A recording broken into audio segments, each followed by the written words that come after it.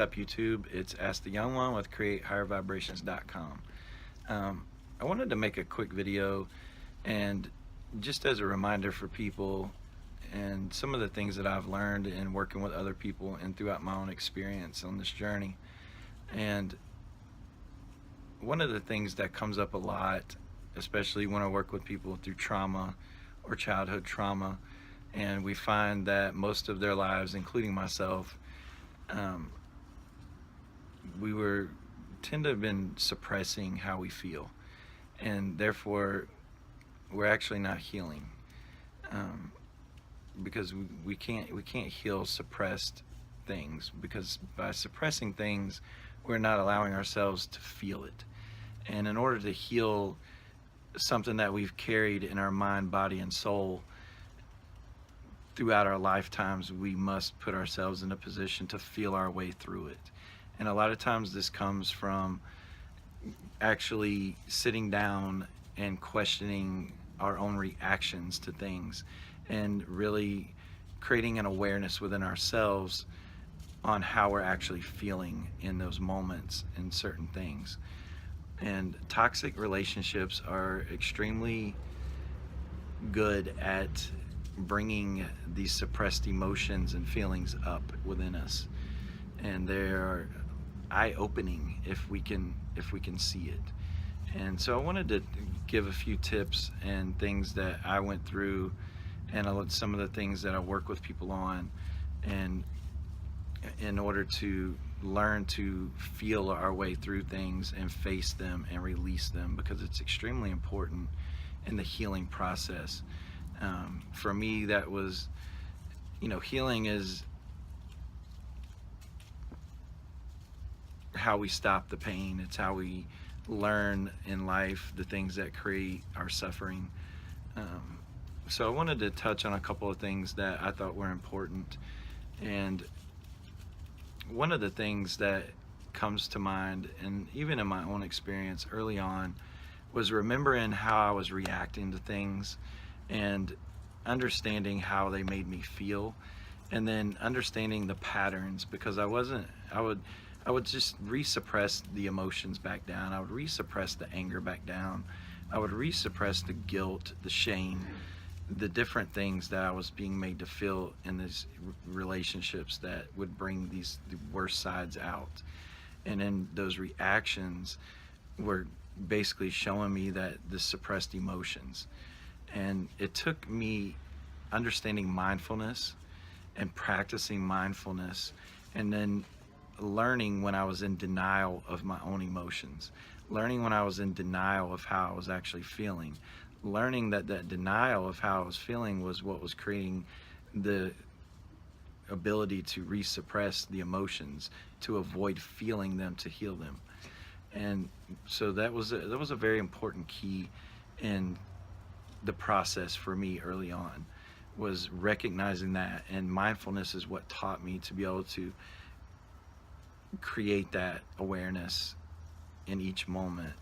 Now, I'm not saying that every little thing we have to sit in solitude and feel our way through it, because obviously that's just not realistic, and a lot of things just aren't needed for that. But I mean, some of the bigger things that are life altering for us, and some of the bigger things that the other people outside of us will play to make us feel a certain way,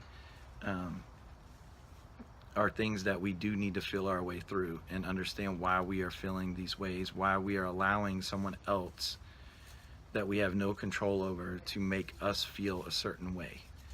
Because those emotions and those feelings are going to be within ourselves. If we feel unlovable or unloved by someone, it's going to come from a much deeper place within us, and that feeling of being unloved is being triggered from another place within us that we have suppressed down inside of us.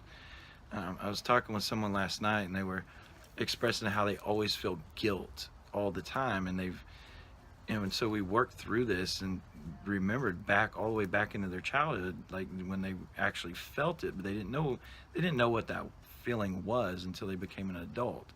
But they were so used to feeling it that they just would cover that feeling of guilt by people pleasing other people, by just giving in to the other person. And it was going against what their inner self wanted to do. So they were feeling the guilt for going against themselves, but felt they needed to people please in order to suppress that guilt back down. So then therefore they were good, or they were doing something good rather than doing something or making themselves feel bad for not doing it, when in reality they should have just said no, they don't want to do it. And so in the situation last night, and I haven't got the results of it yet, but I told the person to, the specific story that creates the guilt, they're going to say no next time. And then I wanted them to really follow how saying no to that situation makes them feel. And hopefully it empowers them once they experience that, and then they'll move forward. So I wanted to talk a little bit about these things, because I think it's very important that we heal and we start to feel things, because the more we suppress them down, the more we stay stuck, the more we stay in our ego, the more we stay reacting emotionally to these situations. And that's exactly what society wants us to do. That's exactly what toxicity wants us to do. And therefore it keeps us disempowered. It keeps us staying where we're at, and then therefore we're controllable through our emotions that are suppressed within us. And I think it's important to understand, to actually feel our way through these things. And like I said, one of the things that helped me was mindfulness, that really taught me to no longer live in the denial of my own emotions and what I was feeling. And when I started processing through that and understanding that, I was able to then start to feel things, and taking time to breathe and learning some breathing techniques, and really taking myself into a place of solitude rather than reacting. I wanted to respond with my own version and my own self, to truly understand why I was feeling these things, and that I no longer had to live in that past of where that feeling was first created. I could actually realize that that feeling no longer should hold me back, and where it was coming from. And by processing this through breathing, through meditation, through sitting in solitude, through writing about how I was feeling, I was then able to start seeing the feeling and the emotion, and then replacing it and healing it and letting it go, and truly taking self-responsibility. This is where the change, and am I going to be a victim to these experiences that I have no control over, that weren't my fault, that happened, or am I going to do something about it to heal these things that were triggered inside of me through these experiences? And I think that's an extremely important part of doing these things.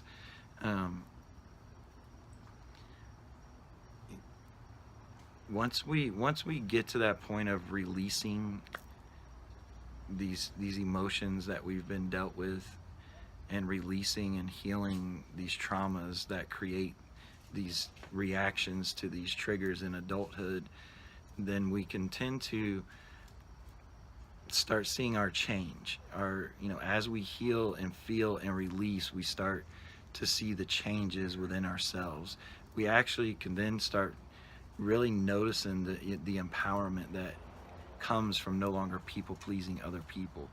We can see where we don't no longer give our power away because we don't react to other people. We can then see their toxicity and therefore know it's not within us, because we've healed this part and we no longer carry it within ourselves.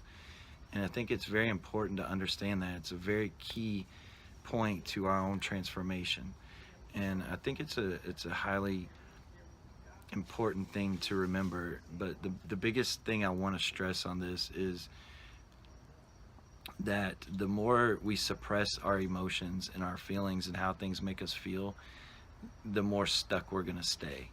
And I wanted to also express how important mindfulness is. Mindfulness in itself is extremely healing, and it's extremely empowering when you have in your mind the awareness to understand how a situation or person is making you feel. It is the difference between you reacting in a very different way or seeing that pain in that other person to understand them and how they feel and what's generating their behavior. And it's a very eye-opening experience when you begin to see these things in your daily lives. And it's also very eye-opening when you no longer are attracting people that trigger you on a constant basis, that you no longer have these types of people around you any longer because of the transformation of the healing that you have done yourself. You know, a lot of times we find ourselves surrounded by other people that are carrying similar traumas, and we just keep going in this circle with people, and we have them around us. And so as we begin to heal, we will start releasing those types of people out of our lives. But if we're not healing, we're going to notice that these types of people tend to stay in our circles. And that's a good eye-opening experience, you know, way of examining what's going on with inside of ourselves. I think it's a good thing to think about. And I wanted to make a quick video, but it's starting to get dark, so I'll jump off here for now, and I should have a pretty decent collaboration coming up, probably uploaded Thursday night or Friday. So look for that, and I will talk to you later. Namaste.